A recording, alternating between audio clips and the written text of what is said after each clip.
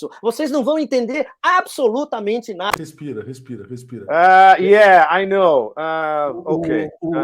Acabou meu café. Pode pegar um outro se quiser. O Zé Mauro está dizendo: Chile em São Petersburgo em dezembro, Moscou, janeiro. Lindas como sempre, vida normal.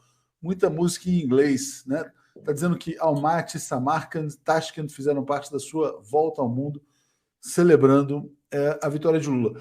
Eu queria te perguntar, Pepe, se você acha que esse voto do Brasil, esse posicionamento, se isso pode eventualmente esvaziar a viagem do presidente Lula à China no mês de março, ou se uma coisa não tem nada a ver com a outra, se tudo vai seguir normalmente. Mas nós já falamos sobre isso.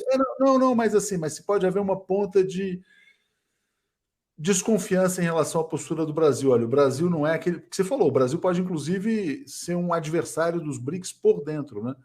Será que a China vai ter a mesma confiança que tinha antes no Brasil ou não? Enfim, é uma... Eu falei, a gente conversou sobre isso no começo do programa, acho que até em certos detalhes. Eu vou repetir. Vamos esperar, depende o que o presidente Lula vai escutar do Xi Jinping e o que a chancelaria brasileira vai escutar do Wang Yi, entre outros, e do novo chanceler também. Então, por enquanto, wait and see. Né? Vamos aguardar. Tem vários, deixa eu ler vários comentários aqui enquanto você dá uma respirada e depois você vê o que cabe. Por favor, leia tudo e faça algumas perguntas. Ok. Então vamos fazer o seguinte, mas me espera ler uma série, porque senão fica mais difícil. Vamos lá. Tem que ser por bloco, né? Por bloco. O João Eduardo está apoiando, a Regina está dizendo... Sim, agora mais um ataque à China, que agora os Estados Unidos voltam a acusar a China pela suposta criação o vazamento no laboratório lá da Covid-19, que é mais uma parte da guerra híbrida. O Salvador fala: a China, mesmo com seu poderio militar, pisa em ovos nas suas decisões. É justo pedir o mesmo ao Brasil? Lembrando que a Alemanha acabou de sancionar o Brasil, né, na questão, pelo fato de que o Brasil não forneceu lá as tais munições, né? A Odila Braga diz que está muito desolada com a repercussão na chancelaria russa do voto da chancelaria brasileira. E o Daniel Tarquínio pergunta: como você vê... isso é muito importante, viu, Pepe?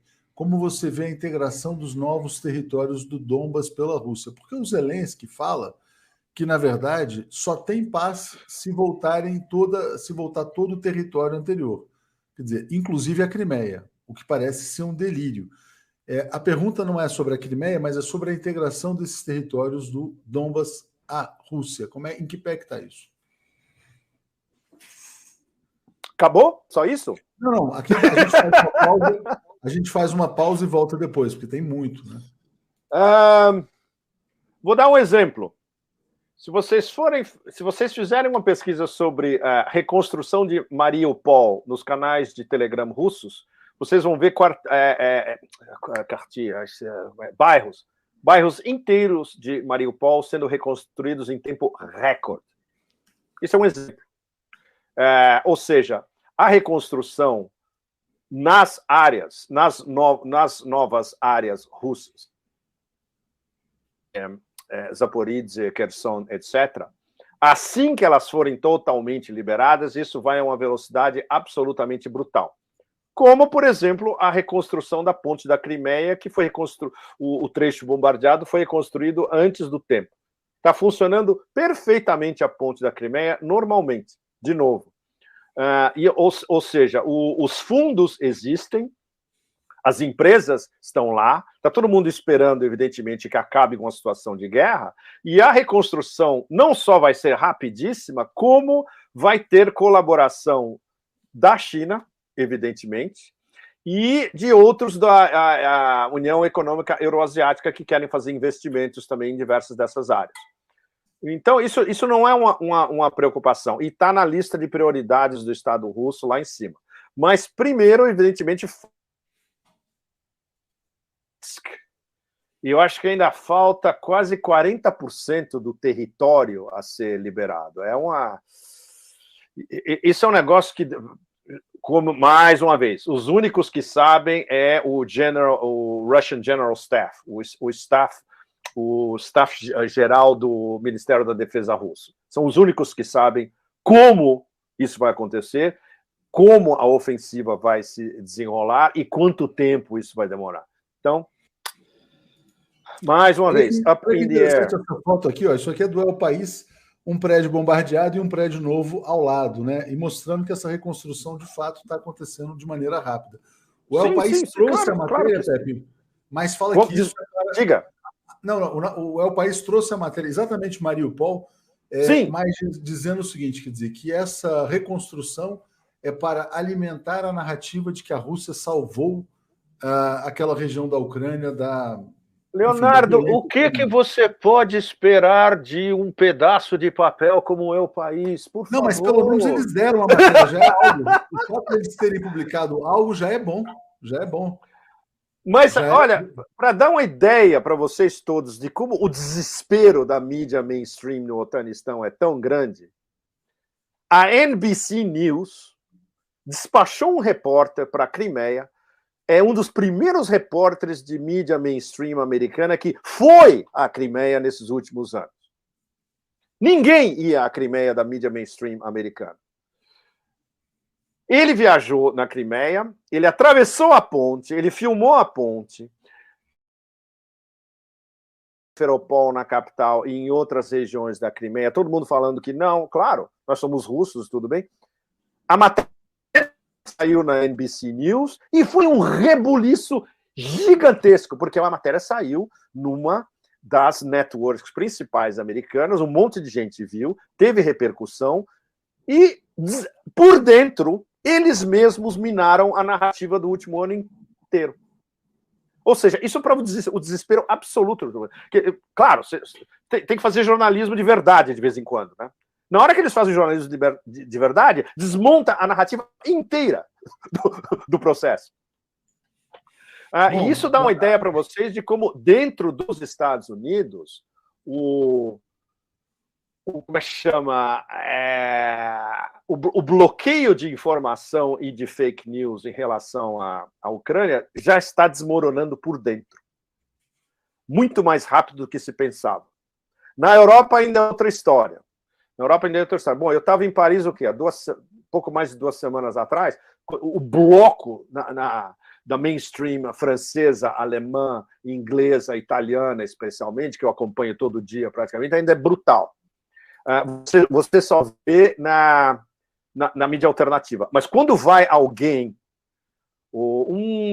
talvez um correspondente que tenha voltado, ou um especialista militar, aparece na televisão às 8 da noite em algum lugar e fala, olha, tudo isso é uma palhaçada, a mesma coisa. É um bando de galinhas sem cabeça correndo para cima e para o lado, porque a narrativa deles desmonta imediatamente. Bom, vamos lá, Pepe. Muita gente aqui ainda se manifestando. Interessante, eu nunca tinha parado para pensar nesse tema que você levantou, que é a reconstrução já acontecendo, né? Já eu volto nos mais recentes aqui, porque chegaram novas questões e tal. Bom, a Regina também tinha perguntado sobre se o Brasil deve tomar lado ou não, que a gente já falou um pouco sobre isso. Já tinha lido Miguel e o Kim. Fernando está dizendo, Pepe, como a Rússia e a China poderiam trabalhar para impedir que o Brasil fique tanto à mercê dos Estados Unidos e das consequências de uma eventual volta. Não existe nada pelo Brasil, né? Não é assim que funciona. Relações internacionais entre potências adultas, não é assim que funciona. Os chineses e os russos jamais vão interferir na política externa brasileira. Jamais. Eles podem ter conversas informais entre diplomatas de altíssimo nível, eles podem fazer algumas sugestões, etc. Eles podem falar, escuta, mas não, jamais vai ter. Eles não são esses bárbaros de Washington. É completamente diferente. Relações internacionais entre potências adultas, e aí eu vou colocar, inclusive, os turcos, né? A nova política externa turca, que começou a dar sinais de maturidade de um ano para cá, especialmente, que caiu uma ficha no Erdogan em relação à relação da Turquia com o Oriente Médio com a OTAN e com a Eurásia como um todo. Eles começaram a repensar seriamente. Eles têm um ministro das Relações Exteriores, o Cavusoglu, super competente. Ele é respeitado em todas as latitudes. E a Turquia está tentando agora imprimir uma imagem de não de neo-otomanismo demente, como era até alguns anos atrás, mas de maturidade. Por exemplo, confirmamos essa semana no Valdai, entre terça e quarta, ontem confirmado de vez. Eu acho que eu fiz um tweet sobre isso também. Vai ter um encontro breve, adivinha onde? Aqui, na capital do mundo multipolar, entre o ministro das Relações Exteriores turco e o ministro das Relações Exteriores sírio. Vão se encontrar aqui. Quem faz a mediação? Os russos.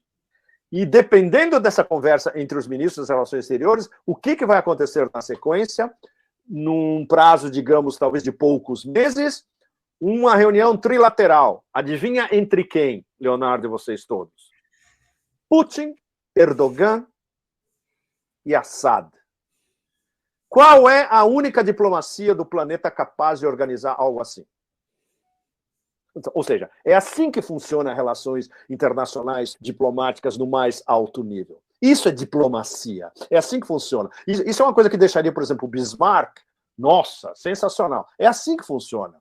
Não é a Annalena 360 graus. Não é aquele Blinken vagabundo. Não é assim, não é isso. E o problema é que no Ocidente ninguém mais sabe como funciona a diplomacia de altíssimo nível. Que é o que os russos fazem, que é o que os chineses fazem. As viagens do Wang Yi são todas em discussões ao nível mais sofisticado possível e de não interferência em assuntos internos, tanto de potências próximas, como os chineses falam, amigos da China, quanto de quem mantém uma certa neutralidade ou até uma certa distância em relação aos chineses. O problema é que a opinião pública ocidental como um todo, e aí a gente inclui o Brasil também, as pessoas perderam a noção de como funciona a diplomacia de verdade. Especialmente depois, desde o início da Guerra do Terror, a guerra contra o terror há 23 anos atrás, começou em 2001, enterrou a diplomacia de vez. As relações internacionais viraram, você está com a gente ou você não está com a gente. Se você estiver com a gente vai lá, regime change, ou a gente bombardeia. Isso é diplomacia do que eles chamam de ordem internacional baseada em regras. Vou dar um exemplo ainda mais extraordinário para vocês. Numa das sessões do Valdai estava a doutora Baitana, que é a assessora especial do presidente da Síria, Assad. Ela fez uma exposição absolutamente brilhante sobre como a Síria é vilipendiada, acuada, destruída, continua roubando petróleo, etc. E tal. Pois é, eles definem tudo isso como ordem internacional baseada em regras. Mas ninguém sabe que regras são essas e ninguém sabe que ordem é essa. Muito menos nós que estamos sofrendo tudo isso. Perfeito. Ela colocou isso em 2 parágrafos. Pois é. Ou seja, o Sul Global só... Leonardo, o Sul Global só sofre e recebe todas essas agressões superpostas do Império e sem poder de revidar. E isso não é diplomacia. Diplomacia é a ágora da Grécia Antiga. Diplomacia é o diálogo platônico. E tudo isso faz parte da tradição intelectual e humanista e cultural do Ocidente, que o Ocidente hoje destruiu. Pepe, deixa eu trazer aqui esse comentário do Anselmo Coyote sobre as manifestações contra a guerra na Europa. Se é verdade, como reagirão os líderes europeus? Tem tido algum peso na Europa esses protestos? Porque nenhum. Na Alemanha, na Itália, zero. Infelizmente, nenhum. Eu estava discutindo isso hoje de manhã, por incrível que pareça. Em Paris, eu fui numa delas, inclusive, 2 milhões de pessoas na França inteira protestando contra essa reforma de pensões imposta pela BlackRock, aquele anão vagabundo no Élysée. Não acontece nada. 50 mil pessoas em Berlim, ontem ou anteontem, essa semana, protestando contra o envio de armas alemãs, tanques alemães, na cabeça dos alemães mais velhos. Isso é absolutamente horroroso. Você pensar que estamos enviando Panzer para uma guerra na Europa. E a gente sabe exatamente o que aconteceu da última vez, né? 50 mil pessoas, não aconteceu absolutamente nada. Tem manifestações na Itália praticamente toda semana, não acontece nada. O que prova mais uma vez, nós já sabemos, é o divórcio absoluto entre as populações europeias nas diversas nações europeias e as classes dirigentes políticas em todas essas nações europeias, que seguem um ditado só, que vem de Bruxelas e cujos ditames vêm diretamente de Washington. É assim que funciona. Vai de Washington e Nova York para Bruxelas, e de Bruxelas vai para todas as capitais da União Europeia. E os cidadãos europeus, bye bye. Infelizmente, olha, é desesperador, na verdade. Bom, é desesperador, e a gente percebe, então, que a gente caminha para uma solução prolongada, e pelo que você fala, o Brasil bastante excluído, né, desse jogo, do grande jogo, vamos dizer assim, das grandes potências, né? Vamos não ser tão niilistas, tá, Leonardo? Mas eu queria ser niilista agora. Eu vou tentar me redimir. Eu queria botar essa notícia. Oba! Ótimo! Então vamos fazer good cop, bad cop. Você vai ser o good cop, o bad cop agora. Não, eu só queria... É que hoje... Não, apenas que... Hoje deve haver o diálogo Lula-Zelensky, que está previsto para essa quinta-feira. Nossa, que maravilha! Uau! Bom, esse eu prefiro não comentar, porque aí eu vou ser censurado de vez. Então, no comments. Eu vou beber o meu suco que se chama Funny Head. Não é lindo? Cabeça maluca é o nome do meu suco. Bom, Pepe, assim, sinceramente, pelo que eu percebo do seu relato aí, eu vejo uma posição de extrema fragilidade do Brasil nesse jogo. Lógico que também não é um jogo fácil, nem para a Rússia, nem para a China, nem para o Irã, muito menos para o Irã, nessa construção do chamado mundo multipolar, mas eu vejo o Brasil totalmente apartado desse processo, ou pelo menos muito periférico, né? Leonardo, desculpe, o Brasil não está na minha cabeça.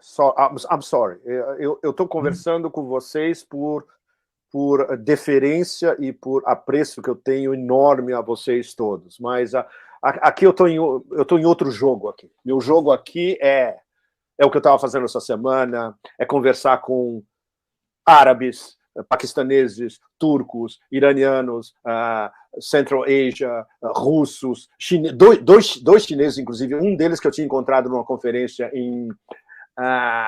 no Irã, alguns anos atrás. Amanhã eu tenho um almoço com o grande especialista iraniano, o professor Marandi, meu grande amigo da Universidade de Teherã, que está aqui. No fim de semana eu vou encontrar acadêmicos russos. Eu estava na Higher School of Economics falando também de Eurásia. Então eu estou em outro planeta.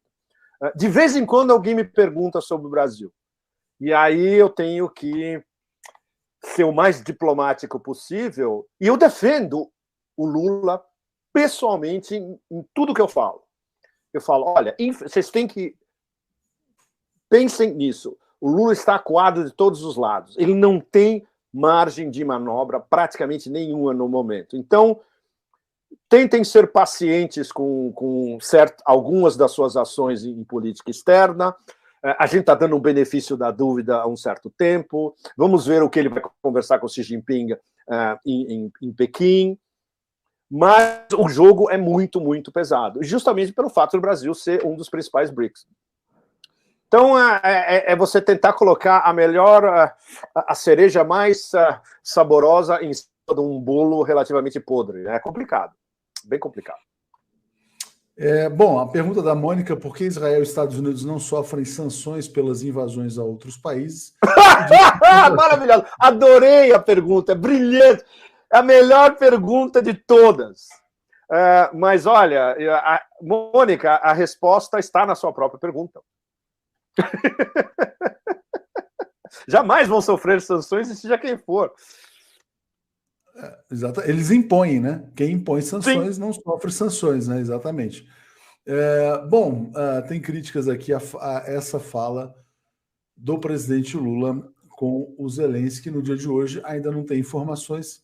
Vamos esperar para ver como é que já deve ser tarde. É mais tarde, o telefonema é mais tarde, né? São 8 da noite aqui.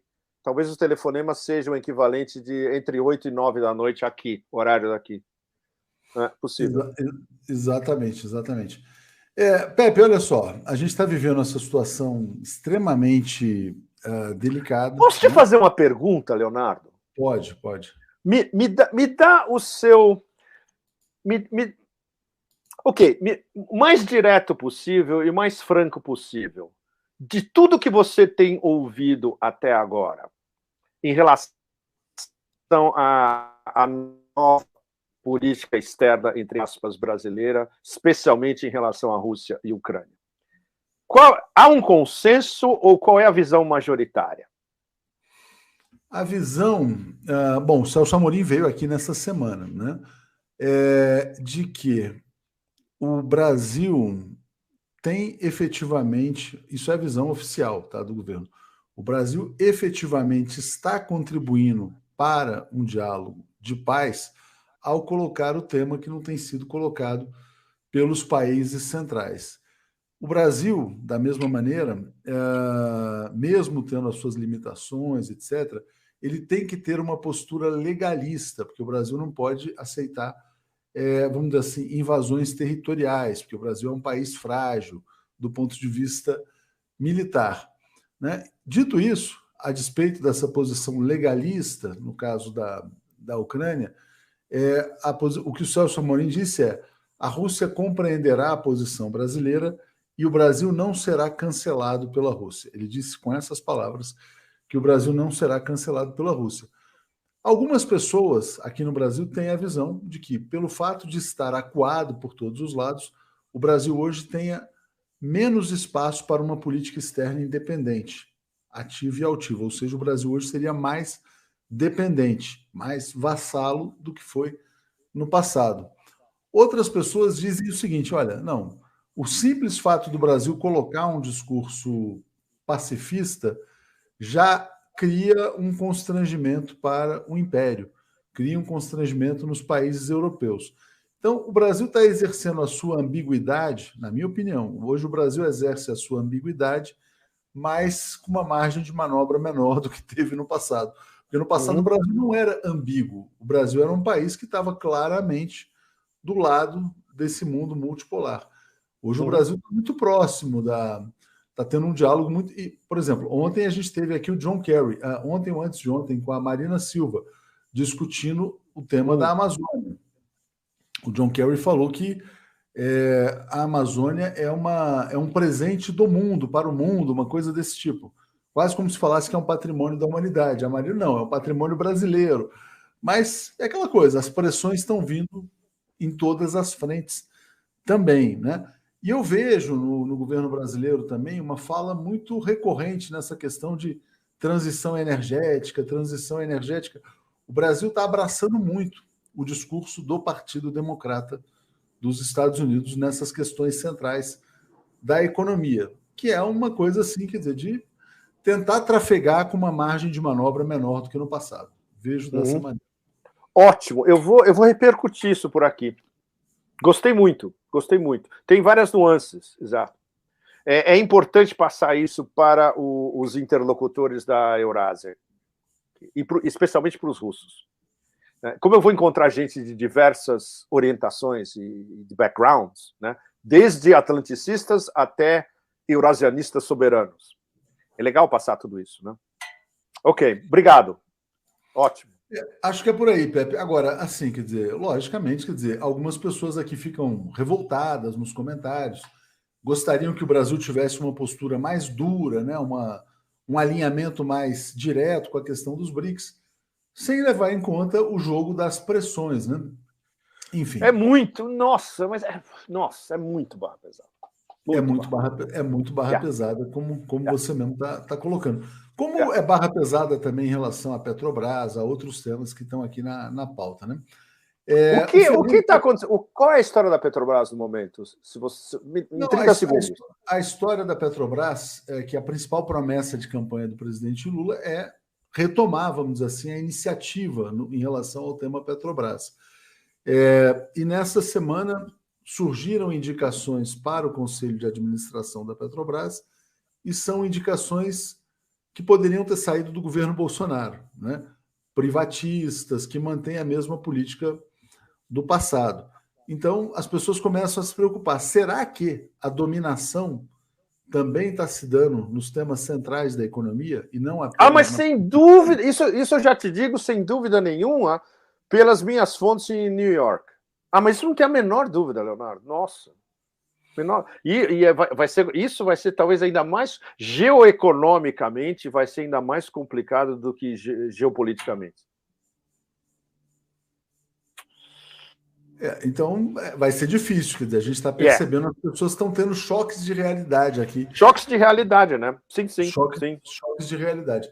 Essa pergunta aqui do Fernando, pede para o Pepe falar sobre protestos pró-russo sobre o governo da Moldávia. Um conflito lá favoreceria uma posição russa em Odessa? Não sei se você está acompanhando. Nossa, o negócio da Moldávia...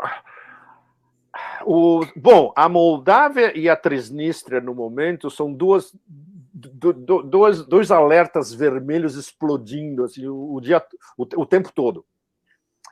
Tudo é possível. Inclusive um desespero da OTAN de provocar alguma coisa, ou na Moldávia, ou na Transnistria, ou nos dois ao mesmo tempo. O que eu peguei agora de gente próxima à inteligência aqui é pouco ainda. Em 5 dias é que os russos sabem exatamente o que pode acontecer na Transnistria, especialmente, e é um problema, porque a capacidade de intervenção russa na Transnistria é muito limitada. E eles teriam que organizar uma operação especial que não está nos planos deles, por enquanto, para tentar um contragolpe na Transnistria. E na Moldávia eles não estão muito... Eles consideram para o interno da Moldávia. E eles sabem que a Moldávia está completamente subjugada à lógica do otanistão. Mas, olha, são 2 flashpoints no momento brutais, muito mais sérios do que qualquer coisa nos Bálticos ou até na Sérvia com Kosovo. Aqui fala-se de Transnistria todo dia, basicamente. Pepe, vamos seguir aqui então, olha só. O Kim fala assim, olha, o discurso não é pacifista, o discurso do Brasil. E aí ele fala, veja o que diz o chanceler Capachildo, ele faz uma crítica ao chanceler Mauro Vieira, quando ele falou assim, a frase do Mauro Vieira falou, estávamos em cima do muro, não estamos mais, como se o Brasil tivesse pulado para o lado da Ucrânia. Essa frase é uma citação direta, Leonardo? É direta, ele falou, o Brasil estava em cima do muro e não está mais, ele falou isso.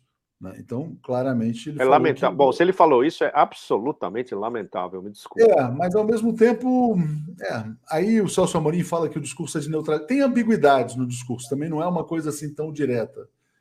Sim, evidentemente que tem ambiguidades, mas tem certas... Por exemplo, você falar isso como um chefe de chancelaria sem ambiguidade nenhuma, essa afirmação em si, mas isso não é nem juvenil, é patético, desculpe. Imagina, um chanceler tem que ser um mestre da ambiguidade. Especialmente numa situação tão explosiva quanto essa, onde o Brasil é aliado de um dos principais BRICS. Come on! Porra! É incrível que tem que explicar isso para um chanceler? Nossa! Não, acho que eles sabem, Pepe. Bom, I hope so! Mas não parece, né? Você acha possível essa tese de terremoto provocado, Pepe, como está colocado aqui pela... eu conversei isso bastante na Turquia, antes de vir para cá. Eu conversei com alguns engenheiros civis turcos que eles me disseram não. Mas o fato de que não houve um epicentro é muito estranho. Vários deles disseram, é estranhíssimo. Houve uma série de pequenos terremotos em sequência, mas sem um epicentro. E eu conversei com um grande amigo meu, que é um físico de altíssimo nível, sobre HAARP, e o que ele me disse é mais ou menos taxativo. HAARP tem capacidade de interferência em fenômenos na ionosfera, mas você interferir num fenômeno de placas tectônicas a 10 quilômetros, 15 quilômetros dentro da Terra, ainda não é por aí. Então, para ele, essa tese de HAARP provocando terremoto não funciona. Eu queria conversar com outros mais a respeito sobre isso. Discussão nacional sobre foi um terremoto provocado ou não. Nossa, eles levam a seríssima a possibilidade. Mas, pô, tudo. E tem gente disparando para todos os lados, né? Os cientistas dizem que, basicamente, não é por aí. Bom, Odila Braga falou, vindo a live, fico deprimida com a chuva de realidade quanto ao Brasil, apesar da delicadeza do Pepe ao tratar dessa questão. O Daniel faz um comentário muito interessante aqui quando ele fala como concordar com a soberania da Ucrânia, a qual insiste Celso Amorim, se a Ucrânia perdeu a sua soberania em 2014 em detrimento da insegurança da Rússia.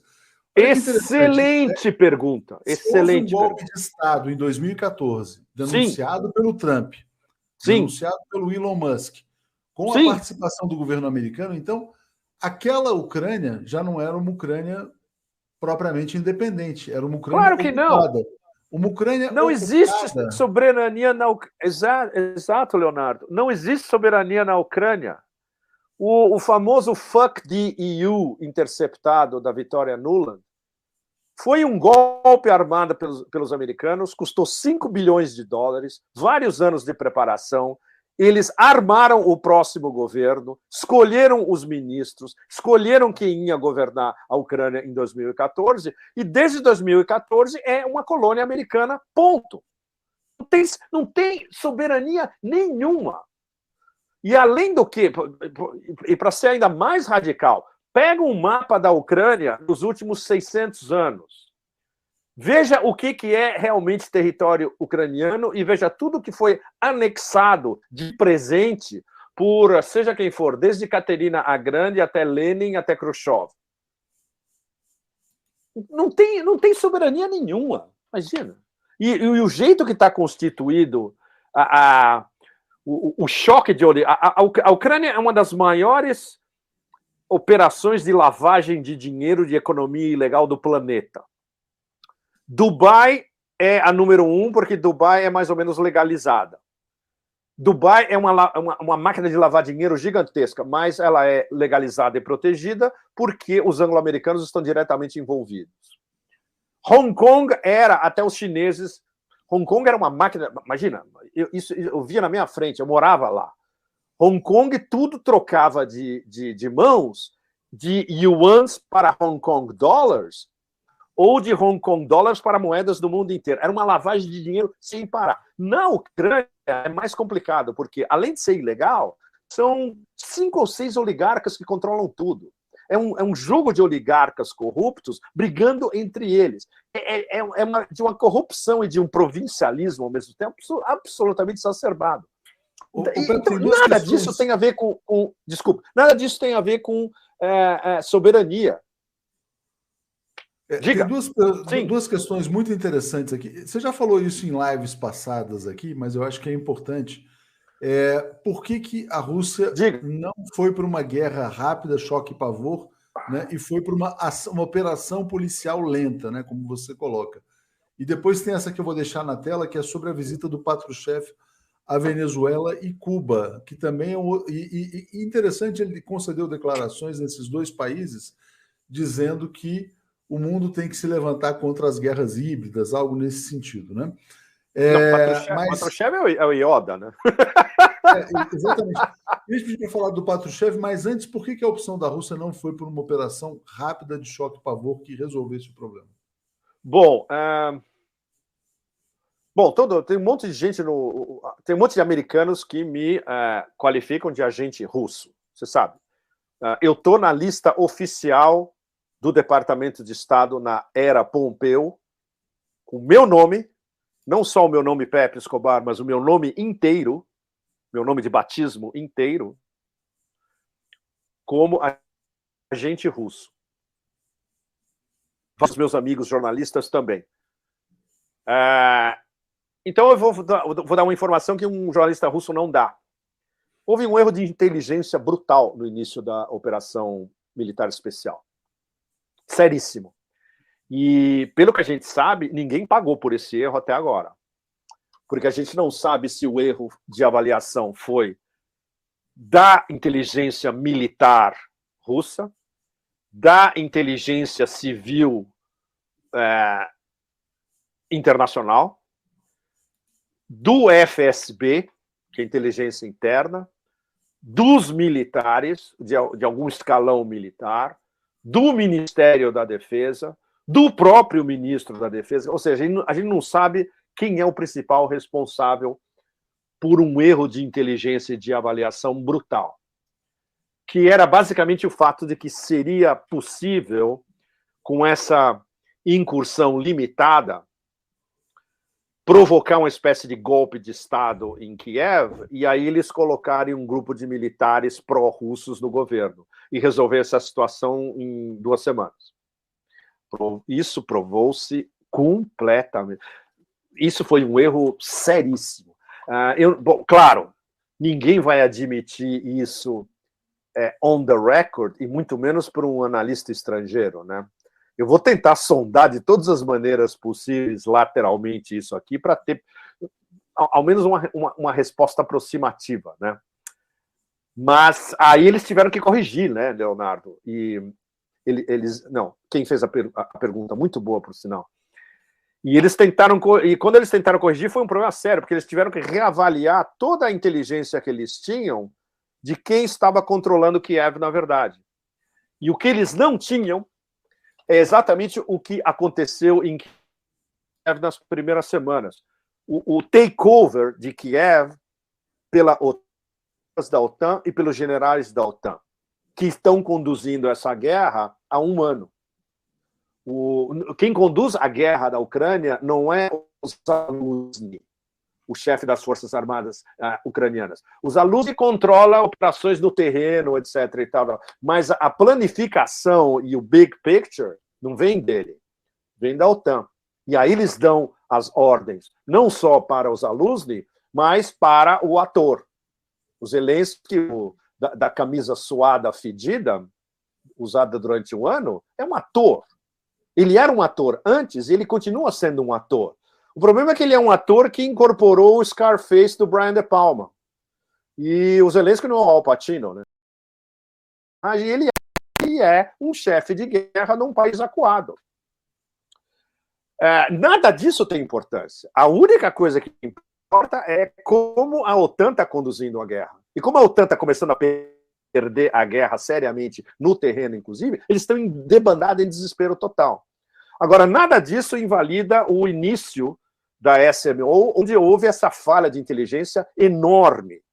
Por exemplo, aquela coluna que estava estacionada ao norte de Kiev e que depois ela retraiu porque ela não tinha nenhuma utilidade prática em termos militares, ela estava esperando que Kiev caísse num golpe de Estado interno e aí eles entrariam em Kiev.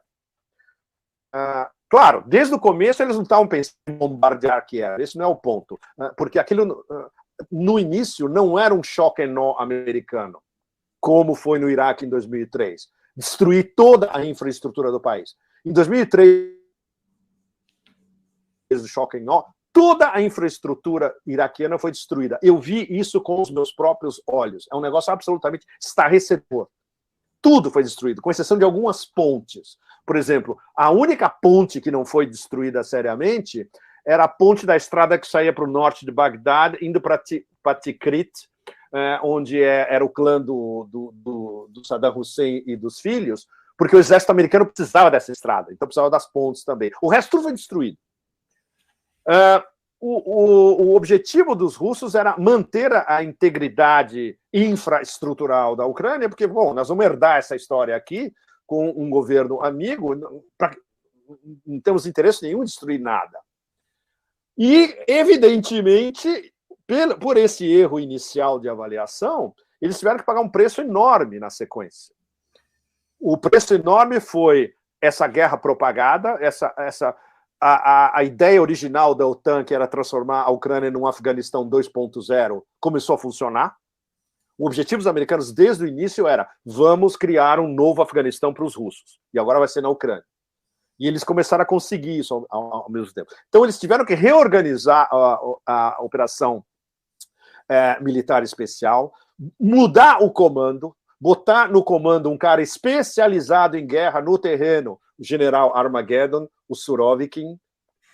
E a história começou a mudar radicalmente, porque ele concentrou todas as decisões militares na cabeça dele, e aí ele começou a organizar o tabuleiro de novo.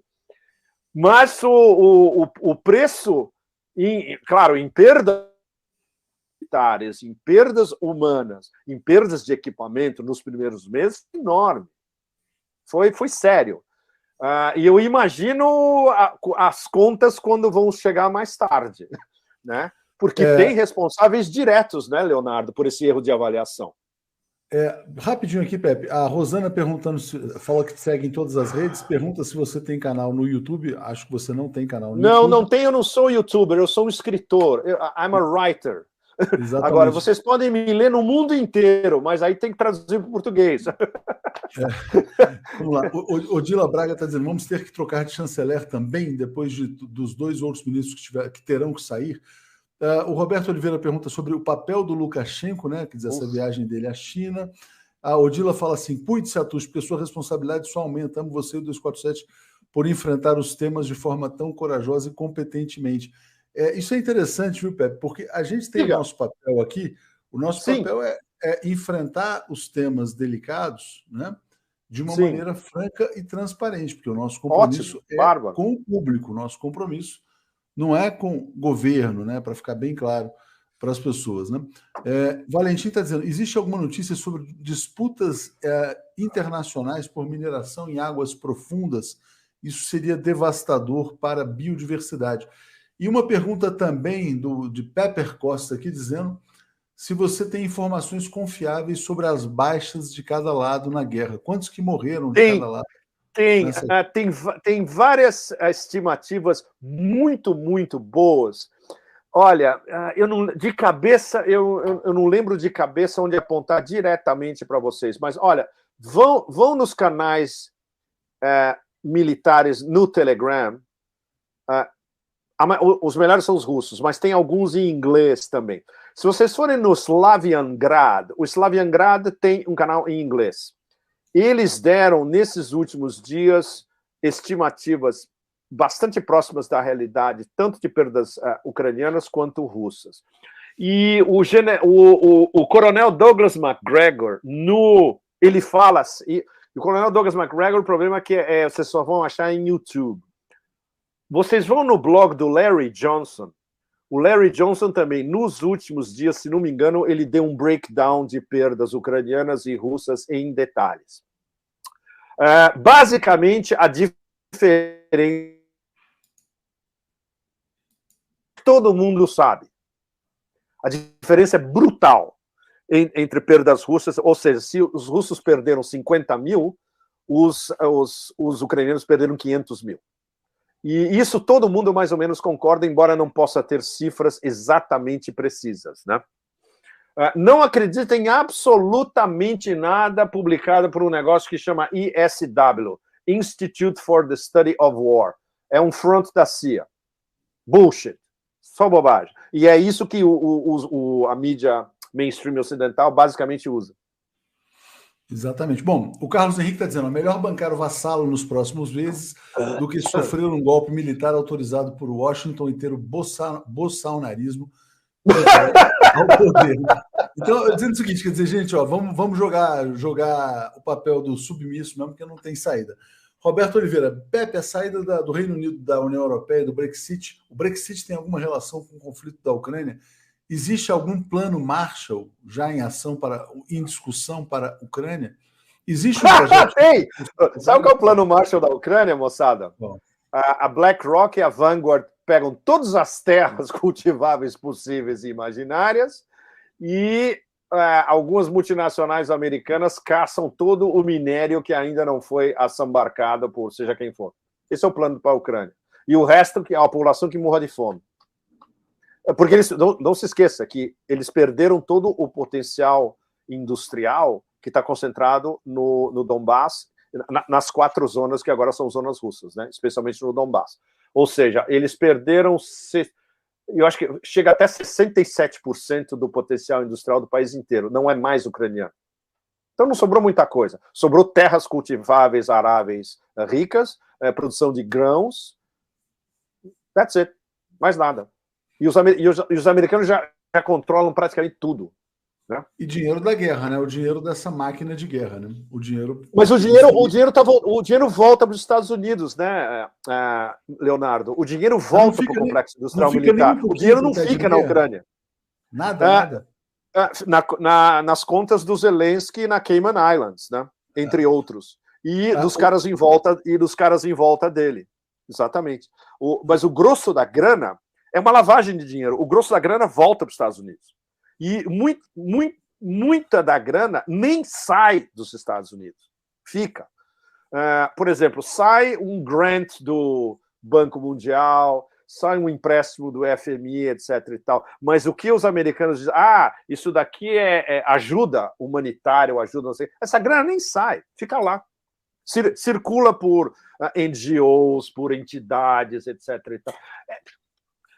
Olha, é um sistema de lavagem de dinheiro absolutamente... Bom, eles são mestres, eles se aperfeiçoaram nisso há anos. Por exemplo, o dinheiro do Afeganistão, em 20 anos, ficava circulando no complexo industrial militar o tempo todo, e o dinheiro que chegava no Afeganistão ia para 4 ou 5 oligarcas, amigos do Hamid Karzai e depois do Ashraf Ghani, o primeiro-ministro que o sucedeu, e não ia para as províncias afegãs, não chegava praticamente nada. E para a população, nem se fala. O Afeganistão é mais pobre hoje do que era em 2001. E a Ucrânia vai ser muito mais pobre hoje e amanhã do que era há 9 anos atrás. Eu ia falar exatamente exatamente o mesmo sistema. Claro, não é tão brutal quanto a Líbia, porque a Líbia não só eles destruíram o país inteiro, como empobreceram o país inteiro. Isso é um caso ainda mais radical. E o caso da Síria é tão radical quanto. Embora eles não tenham conseguido destruir a Síria inteira, destruíram uma parte, ainda ocupam talvez 30% do território, continuam roubando grãos e petróleo sírio e empobreceram a população como um todo. Ou seja, a lógica do império do caos, das mentiras e da expoliação é a mesma em qualquer latitude. A diferença agora é que eles são brancos de olhos azuis, eles são como nós. Mas podem morrer à vontade. A máquina de moer carne não é uma máquina de moer carne para europeus ou americanos. É para ucranianos, é para eslavos. Aí pode. Alemães também, Pepe. A BASF alemã demitiu 2.600 operários na semana passada, exatamente em função da guerra, né? Sim. É o componente de desindustrialização, especialmente alemã, que está funcionando exatamente de acordo com o plano, né? O meu consolo é sempre a Alemanha. Fala assim, se eles estão fazendo isso até com a Alemanha, então... Mas, Leonardo, você tem toda a razão. Não há limites. O limite para o Império é Rússia e China. Aí eles batem no muro de aço dos dois lados. Vocês podem fazer o que vocês quiserem com o Ocidente, com a América Latina, com a África, com o Oeste da Ásia, com o Centro da Ásia, com o Sul da Ásia, mas vocês não podem fazer isso com Rússia e China. E aí é o desespero, né? Aí a Ubris bate nesse momento. O meu grande amigo, Alistair... Diga. Ok, go ahead. Não, é porque eu ia pegar esse comentário, quer dizer, aí você fala do Alistair, quer dizer, se Rússia e China são as únicas barreiras ao império, essa frase da Odila é muito verdadeira. Ou o Brasil se assume como multipolar na sua perspectiva, ou perecerá. E ela fala, socorro, Lula. A frase é corretíssima com um pequeno detalhe. Não perecerá.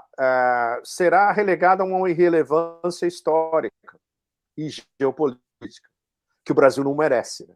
O Brasil é um parceiro geopolítico importantíssimo no mundo inteiro e ainda não cumpriu o seu grande destino histórico, ainda não. A gente achava que podia começar a ser agora, né? Essa terra ainda vai cumprir seu ideal, ainda vai ser um imenso Portugal, é mais ou menos isso. Ainda vai ser um imenso Portugal! Parabéns pela entrevista na RT, o pessoal está te elogiando aqui, porque você esteve na RT. Foi super legal, eu ia muito naquele estúdio, foi bem legal. Mas eu falei para você, Leonardo, só sobraram 2 da época onde... Sobraram 2 âncoras, todo mundo foi embora. E circulou uma informação que eu não sei se está confirmada ainda, de que a Sputnik iria fechar o seu escritório no Brasil. Eu não sabia. Eu vou perguntar isso, Leonardo, porque eu tô para encontrar o pessoal da Sputnik aqui, talvez a semana que vem, porque mudou todo mundo na Sputnik, ninguém nem sabe quem está em controle da Sputnik. Eu posso perguntar isso para eles diretamente. Ok. Vinho e bacalhau para todos, diz aqui o Matheus. Pelo menos que haja vinho e bacalhau para todos, né? Mais ou menos. Bom, pelo menos todo mundo vai comer bem, né? Isso aqui virá um imenso Portugal, né? Bom, vamos lá, vamos fechar então, Pepe. A gente está caminhando aí para o fechamento. Você trouxe informações muito importantes. Você fica quanto tempo? Você vai ficar mais um mês, você falou, né? Eu vou ficar até o fim do mês, porque aí eu posso ter tempo de falar com bastante gente. E como é que é o dinheiro aí? Funciona cartão, alguma coisa, não? Isso acho que vai interessar muito, muito a vocês.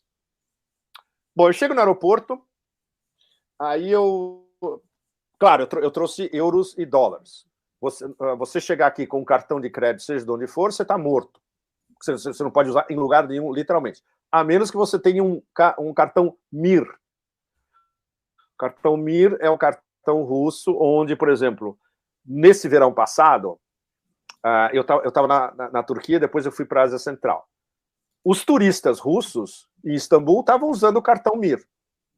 O que aconteceu? Os americanos fizeram pressão nos bancos turcos, cortaram o cartão MIR, agora os russos não podem nem mais usar o cartão deles na Turquia, mas eles podem usar na Ásia Central.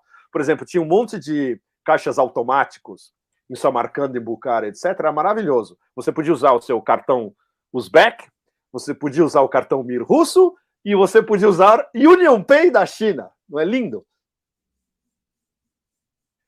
Aqui é cash. Então, você vende, seja de onde for, você traz dinheiro.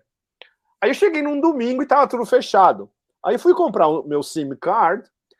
Eu falei com a garota do SIM card, ela falou, tudo bem, eu troco para você também. Então você compra o SIM card e eles até trocam dinheiro para você na hora.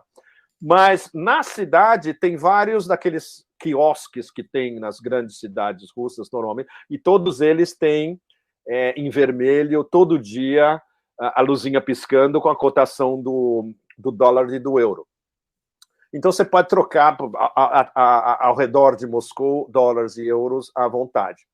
Então para estrangeiros como nós é uma cash economy. Você paga tudo em cash, não tem outro jeito, né? E não tem inflação. Você vai em restaurante, por exemplo, asiático, tão bom quanto em Hong Kong ou em Singapura, etc. E os preços, imagina, preços da Ásia. Nada inflacionado. Se fosse a mesma coisa em Paris, ia custar 3 vezes mais. Entende? E isso é muito... e eles estão se virando perfeitamente, mesmo com... Claro, quem é a classe média alta russa, que estava acostumada a viajar para Côte d'Azur, ou ir para Paris, ou ir para Roma, etc. e tal, claro, eles reclamam, evidentemente. O russo médio, ou o russo que mora nas províncias, ele nem sente o que está acontecendo, porque justamente a inflação é baixa. E como o país é autossuficiente em praticamente tudo, eu fui numa das melhores delis aqui, eu estava vendo a seção de queijos, eles me fizeram provar alguns dos queijos locais, excelente qualidade, e eles estavam dizendo, olha, a gente não precisa importar Roquefort, Camembert, a gente fabrica tudo aqui. E de excelente qualidade também. Ou seja, a substituição das importações continua avançando cada vez mais. É um país autossuficiente em praticamente tudo, né, Leonardo? Agora, agora, olha o mais louco. Você quer comprar um Porsche? Tem. A loja da Porsche está cheia de Porsches, ninguém sabe como. Tem. Você quer comprar um vestido do Valentino? Quer comprar um vestido do Valentino? Tem, tá lá. Tem um drible aí, as sanções. Você acabou não falando sobre drible, claro que tem drible. O papel de Belarus, o Lukashenko. Como é que joga o Lukashenko, Pepe? Nossa, o Lukashenko é brilhante. Ele é aqueles old school ele parece o Ronaldo aposentado jogando futebol. Ainda sabe muito. Jogar pra caralho. Ainda sabe jogar pra caralho. É o Lukashenko, ainda sabe jogar pra caralho. Não sei se você viu, tem um vídeo no YouTube muito engraçado, né? Ronaldo entra gordo em campo, tal, não sei o que, encara os amigos de Zidane, mas veja o que ele faz. Mas veja o que ele faz! Veja o que ele ainda faz. Mas sempre que eu topo num negócio desse, eu vejo, e o cara faz umas jogadas absolutas. O Ronaldinho também faz a mesma coisa, né? Também. Pois é, e o Lukashenko é um old school que ainda sabe jogar como um dos grandes. Imagina, ele foi recebido como um superstar pelo Xi. Mas um superstar absoluto. E o Xi falou, nós somos grandes amigos, especialmente no último ano. Olha que legal. Ou seja, foi uma tacada indireta sobre a operação militar especial. O Xi frisou isso no que ele disse. Especialmente no último ano, é que como a Bielorrússia e a Rússia são muito próximas, a Rússia também é muito próxima da Bielorrússia, o que implica que a posição dos três em relação à operação militar especial é em sincronia. Muito. E fechou um monte de deals das rotas da seda na Bielorrússia, ou seja, vai ter investimentos adicionais, agora turbo, de empresas chinesas na Bielorrússia. Tudo isso, Leonardo, vocês todos, é muito importante porque está preparando o terreno para uma união total da Rússia com a Bielorrússia, que é inevitável. Talvez, digamos, a médio prazo. Né? Isso é muito importante. Olha aqui, Pepe, essa última pergunta para você de Belbras, se você está na hit list ucraniana. Existe uma lista de alvo na Ucrânia? Tem. E eu não gosto de falar sobre isso porque é um assunto extremamente delicado. Sabe como eu soube que eu estou na lista? Eu tenho uma amiga alemã cuja avó mora em Donetsk. E um dia a avó escreveu para minha amiga dizendo: o seu amigo, ele está na lista. E ela mandou uma foto da lista com o meu perfil, meu nome, etc. e tal. Sabe por quê? Porque eu fui ao Donbás em 2015. Então, todo estrangeiro que vai ao Donbás automaticamente entra na hit list do governo ucraniano.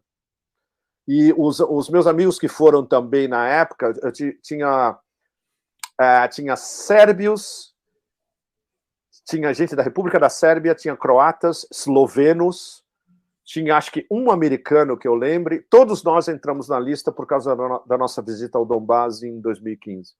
Então é sério. E essa semana eles botaram um jornalista americano, um youtuber americano super famoso, ele entrou na lista essa semana. E todo mundo falando para ele, bem-vindo ao clube. O Scott Ritter, meu amigo Scott Ritter, está na lista também. É pesado, Leonardo. Eles não respeitam nem jornalistas. Não existe jornalismo independente para esses caras. É um bando de gangster assassinos mesmo. Eles não tentam disfarçar. Pepe, live importantíssima. Acho que as pessoas aqui gostaram bastante. 2 horas. Eu espero que sim. Eu peço desculpas se eu fiquei um pouco exaltado no começo, porque para mim tudo isso aqui para mim é muito pessoal. O meu trabalho nos últimos 10 anos está intrinsecamente ligado com tudo que está acontecendo agora, e até antes. A gente já descobriu o gatilho para o Pepe. Não pode falar Folha de São Paulo, que ele fica puto. Não. Isso é um detalhe menor. Eu digo em relação ao papel civilização. Para mim, o mais importante para mim é o papel civilizacional da Rússia em tudo isso que está acontecendo. Para mim, esse é o tema principal. E é a razão principal que eu estou aqui. Eu quero conversar com gente de altíssimo nível sobre isso. E o fato de que a civilização russa e a civilização chinesa, elas estão em sincronia agora a um nível de sofisticação tão alto que é incapaz de ser entendido por esses babacas que são a elite, entre aspas, dominante do poder no Ocidente. Esse é o grande tema. O resto é tudo detalhe. Sério. O resto é tudo bullshit. Muito obrigado, Pepe. Obrigado a todos que nos Obrigado a você. Obrigado a vocês todos. E, olha, força. Força a vocês todos. Vai ser difícil em todos os sentidos, né? E vai ficar cada vez pior. É isso aí. Valeu, Pepe. Abração.